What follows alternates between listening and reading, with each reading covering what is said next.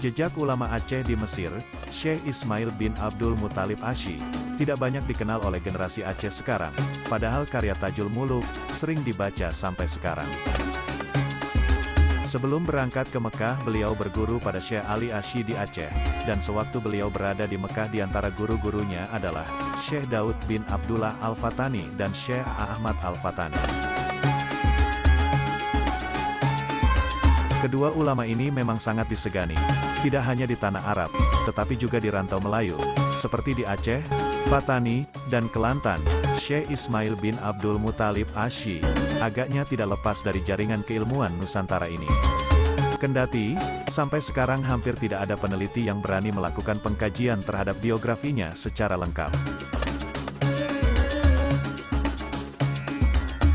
Aceh, Pulau Jawa, Sumatera, dan juga Kalimantan.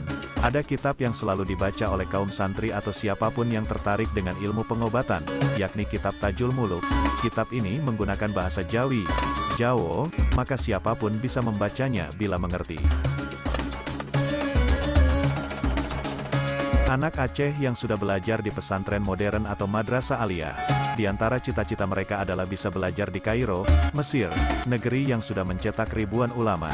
Bahkan tidak sedikit jiwa pembaruan di Nusantara, disemai dari mereka yang pernah menimba ilmu di Mesir. Sehingga anak muda Aceh yang merantau ke Mesir itu tidak sedikit.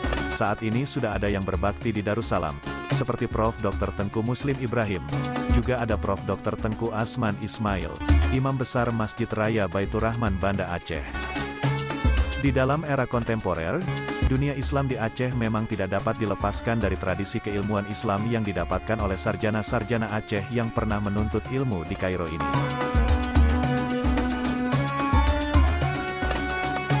Ini merupakan impian setiap anak muda Aceh yang mau menuntut ilmu ke Mesir, karena Mesir gudangnya ilmu pengetahuan, dan Mesir tempat ilmu pertama kali yang terbaik dalam hal masalah agama dan ilmu pengobatan. Selain Tajul Muluk, ada karyanya yang masih ada sampai saat ini adalah Jamu Jawami Ilmu Sanifat, salah satu kitab yang wajib dibaca di Daya-Daya, tidak hanya di Aceh, melainkan juga di Fatani dan Kelantan. Di dalam kitab tersebut, Syekh Ismail menulis sepenggal kalimat yang sangat puitis.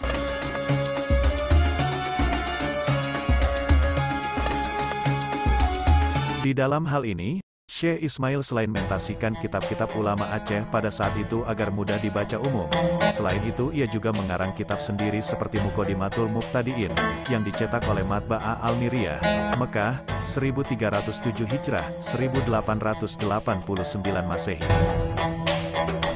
Tuhfatul Ikhwan fi Tajwidil Quran, diselesaikan pada waktu duha hari Jumat pada Jumadil Awal 1311 Hijriah, 1893 Masehi.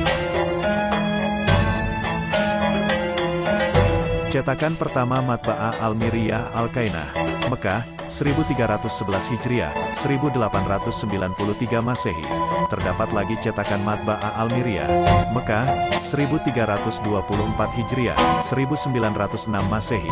Fathul Manan fi Bayani Ma'ana Asma'illahil Manan, diselesaikan tahun 1311 Hijriah, 1893 Masehi. Cetakan kedua oleh Matba'ah Al-Miriyah Al-Kainah, Makkah, 1311 Hijrah, 1893 Masehi. Fathul Manan fi Hadits Afdal Waladi Adnan, diselesaikan tahun 1311 Hijriah, 1893 Masehi.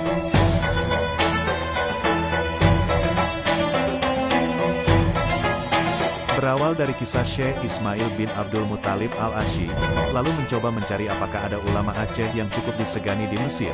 Dalam beberapa catatan telah dikupas beberapa nama ulama Aceh di Mekah serta jasa mereka terhadap perkembangan ilmu pengetahuan di Mekah berikut serambinya, Aceh. Tanpa sengaja, kemudian tersentak bahwa pengarang kitab Tajul Muluk adalah ulama Aceh yang pernah menetap di Mesir. Lagi-lagi, nama beliau tidak pernah terdengar di Aceh, walaupun hanya untuk nama jalan, seperti yang terlihat sekarang, di mana ada nama-nama ulama besar hanya dijadikan sebagai nama-nama jalan di kota besar Aceh.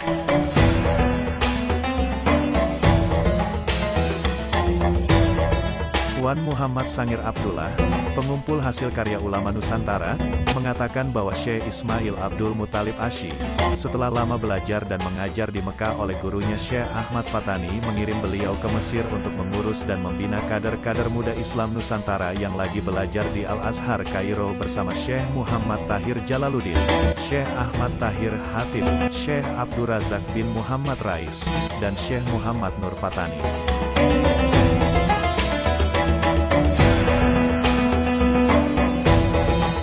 Sesampainya di sana, beliau mendirikan wadah pemersatu pelajar-pelajar Nusantara di sana dan beliau diangkat menjadi ketua pertama Persatuan Pelajar-Pelajar Melayu di Mesir oleh gurunya Syekh Ahmad Fatani. Syekh Ismail Asy meninggal dunia di Mesir dan sedangkan keturunannya ramai menetap di Makkah.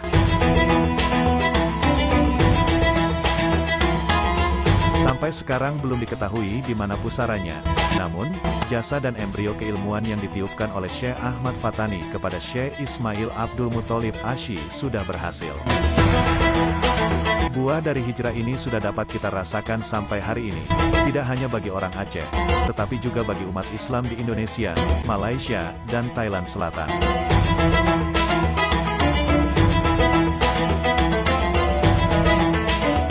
Inilah kisah kecil dan peran Syekh Ismail bin Abdul Muthalib Asy. Ada banyak hal yang perlu dipelajari lebih lanjut. Perlu dilacak lagi bagaimana jaringan keilmuannya di Mesir. Sehingga ada alasan sejarah, mengapa generasi Aceh selalu bermimpi untuk menuntut ilmu ke negeri itu. Kisah ini ternyata sudah dilakukan oleh Syekh Ismail Abdul Muthalib Asy melalui dorongan dari gurunya yang berasal dari Fatani. Untuk itu, kita berharap nama ulama ini bisa mendapat tempat yang terhormat di Aceh, tidak lantas kemudian menjadi nama-nama jalan di kota besar.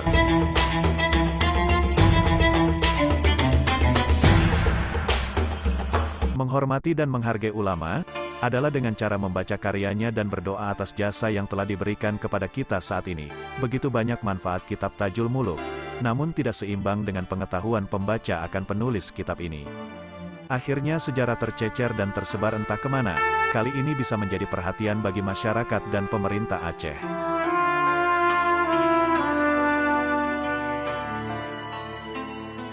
Sudah saatnya digagas untuk menulis dan mencari di mana ulama-ulama Aceh di Timur Tengah. Kita berharap ada upaya nyata dari pemerintah untuk menggali dan mencari jejak-jejak ulama Aceh, yang telah berjasa dalam pengembangan keislaman dan keilmuan sehingga menjadi iktibar bagi generasi Aceh selanjutnya.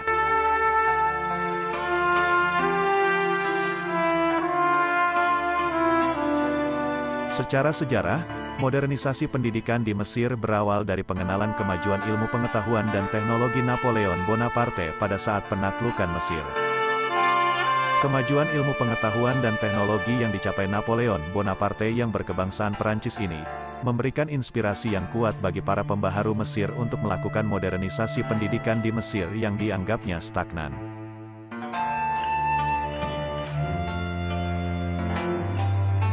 Di antara tokoh-tokoh tersebut Jamaluddin Al-Afghani, Muhammad Abduh, dan Muhammad Ali Pasha. Dua yang terakhir, secara historis, kiprahnya paling menonjol jika dibandingkan dengan tokoh-tokoh yang lain. Sistem pendidikan di negara Mesir meliputi sekolah dasar, ibtidai, sekolah menengah pertama, idadi, sekolah menengah atas, sanawiyah, amah, pendidikan tinggi.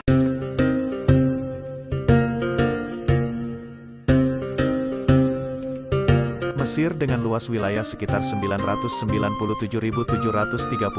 km persegi, mencakup semenanjung Sinai, dianggap sebagai bagian dari Asia Barat Daya, sedangkan sebagian besar wilayahnya terletak di Afrika Utara. Mesir berbatasan dengan Libya di sebelah barat, Sudan di selatan, jalur Gaza dan Israel di utara timur. Perbatasannya dengan perairan ialah melalui Laut Tengah di utara dan Laut Merah di timur.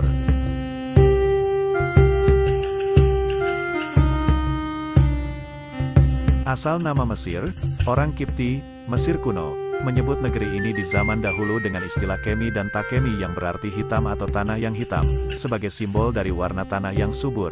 Istilah Mesir paling kuno adalah Tawei yang berarti dua tanah.